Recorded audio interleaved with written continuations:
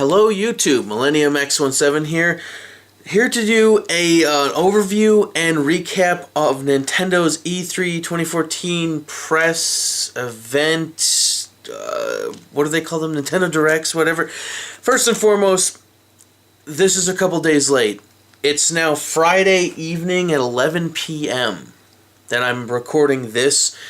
And the reason for that is basically I've been on vacation mostly, I guess you would call it, all week long, even though it's been raining up here in the Northeast all, week long since I think Tuesday.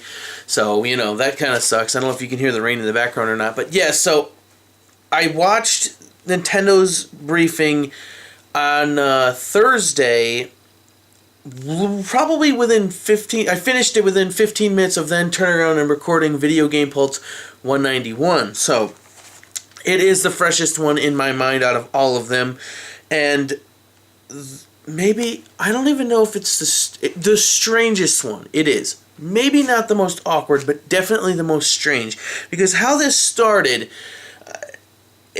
we almost thought that we had run onto somebody's, parody of it. Like, they were, parodying it for some reason, because it started off with this weird claymation nonsense. It didn't make any sense, and then all of a sudden it went to Reggie and Iwata doing, Dragon Ball Z poses, and then all of a sudden they start fighting as if they're in Super Smash Bros., but the two themselves, and it's crazy production value they put into this fight, and it was bizarre as shit. And I'm like, what in the world is going on? We had no idea. It made no sense at all. And then, of course, it was and we weren't even sure if it was Super Smash Bros. U is what it's called, but Super Smash for the Wii U.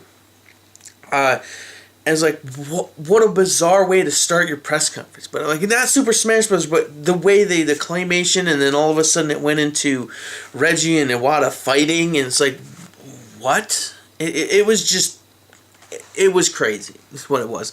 The big reveal for how to start, they started their thing was, you can now have Miis in Super Smash Brothers. It's, and there's also Skylanders-esque power-up figures, which we'll get to in a second.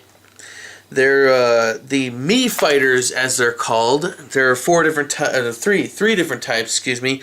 The Brawler fights with a fist, Sword Fighter fights with a sword, Gunners almost has a Samus-esque laser cannon gun thing on their arm. From what we've seen from footage from the Mii's fighting in Super Smash Bros., they just seem to be overpowered as all hell. So, again, they showed pre-recorded gameplay of the 3DS version. Dark God really, really liked it. She said it looked amazing for a 3DS game. 3DS version comes out October 3rd, 2014. Holiday 2014 for the Wii U version. Reggie came on and started talking about the figures, the power-up figures. They're almost like Skylander-esque type figures. I'm kind of on the fence on them, mostly because I probably will never buy them. But Dark God and Kaz are both really negative on these, and I can understand why, because the Skylanders-esque type figures are kind of a cheap way to get money, which they, let's be honest, desperately need.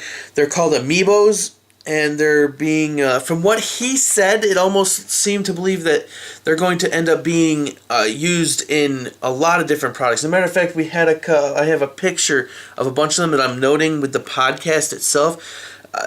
It's, if I remember, I'll put it to the description of this video, but again, that's I say that all the time and then I always forget. Hopefully I will remember. I have the link for the picture, should be right there, as a matter of fact.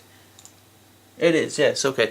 So I do have that. I will hopefully remember to put that. I'm going to upload this as soon as I'm done recording, but it's just really bizarre figures, and the way he sounds, it looks like it not only be useful for used in the Wii U, but also in the 3DS, because he says they work for any Nintendo platform. So it's like, okay. More talking. Then they started showing this video of developers going through a yarn shop, and then it's the game announced was Yoshi's Woolly World. It's kind of the spiritual successor of Kirby's Epic Yarn. They showed it plays like Yoshi's Island, looks like Kirby's Epic Yarn, and is almost slightly Little Big Planet-ish in its platforming nature kind of thing going on. Looked intriguing. I like Yoshi's Island. That was a fun game. Pre-recorded gameplay with talking. The developers were talking over how they decided the way the art style looked in the game, which is very unique and good looking, I have to say. It looks like it can be fun. There's 2-player co-op in this game as well, because apparently everything these days needs to have multiplayer and co-op. But they talked for too much. It comes out in 2015. Then they showed pre-recorded trailer for what's called Captain Toad Treasure Tracker. Looks like an interesting game. Toad plays differently. It's almost like a Super Mario game, but as Toad, again, you're not able to attack monsters as aggressively. So, interesting. Holiday 2014, though. They showed alarmingly not enough footage for it to be coming out in Holiday 2014. I wouldn't be surprised if that slips to 2015. That wouldn't surprise me at all. More claymation nonsense. They talked about... This is bizarre. They talked about The Legend of Zelda. Didn't give it a name or what it is in the system. They did say it was for the Wii U. They showed some pre-recorded gameplay of Zelda standing or on Epona, I believe the horse is called, in a field, and they said that it's... they talked a lot, said it was an open world game. Kind of almost like Zelda Skyrim-ish, which could work. We'll see how they do with it. That's 2015 as well. They showed Pokemon Omega Ruby and Alpha Sapphire. According to Dark God, this exact trailer has already been shown elsewhere. It almost leads me to believe that they slotted this in place of something else that wasn't ready for E3. Those are coming out November 21st, 2014. More claymation nonsense. Bayonetta 2 had a pre-rendered trailer. It looks the same as Bayonetta 1. October 2014 for that game. They showed pre-recorded gameplay of Hyrule Warriors.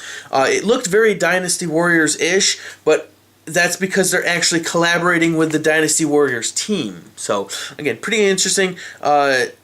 Zelda, Link, Impa, and Midna are playable characters, which I was surprised to find out that Zelda actually got off her ass and is doing something. But according to Dark God, since one of the more recent games, she's actually becoming more and more awesome, which is always good. So there's that. That comes out September 26, 2014. Interesting to see that one. They showed some pre-rendered trailer for Kirby and the Rainbow Curse. I almost thought that this was another Kirby's Dream Land. It almost kind of is. It's called the Kirby and the Rainbow Curse. It may well be. It is, but it's not called Kirby's Dream Land 2. So, that's also 2015. I don't know if anyone noticed this yet, but there's a shit ton of games stacking up in 2015. They showed pre-rendered trailer, of Xenoblade Chronicles X. Again, just like Mortal Kombat X. Is it Mortal Kombat 10, MKX, or is it Xenoblade Chronicles X? I don't know. But I think it's X on this one and 10 on Mortal Kombat, because there is no 10, there's not 9 other Xenoblade Chronicles games. But anyway, pre-rendered trailer, subtitled in English with Japanese voice acting, and the voice acting was alarmingly out of sync. Like, it almost looked like it was sloppily cut together in a hurry, just put a trailer out. It caught my attention in a very big way. Now, companies have gotten better at dubbing and localizing games in English from Japanese, and that they fit what they can with English to the voice sync.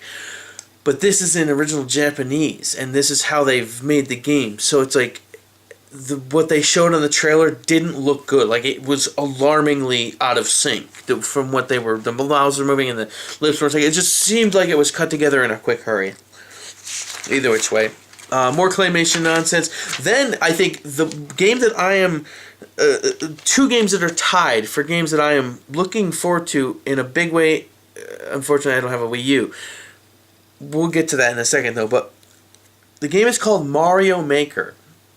And its concept is that it is a create-your-own Mario game type deal, where you can actually choose your art style, whether it's from Super Mario Brothers, the original game, all the way through one of the more recent 2D side-scrolling. Maybe not 2D is the right word for it, but side-scrolling Mario games, not the three-dimensional ones.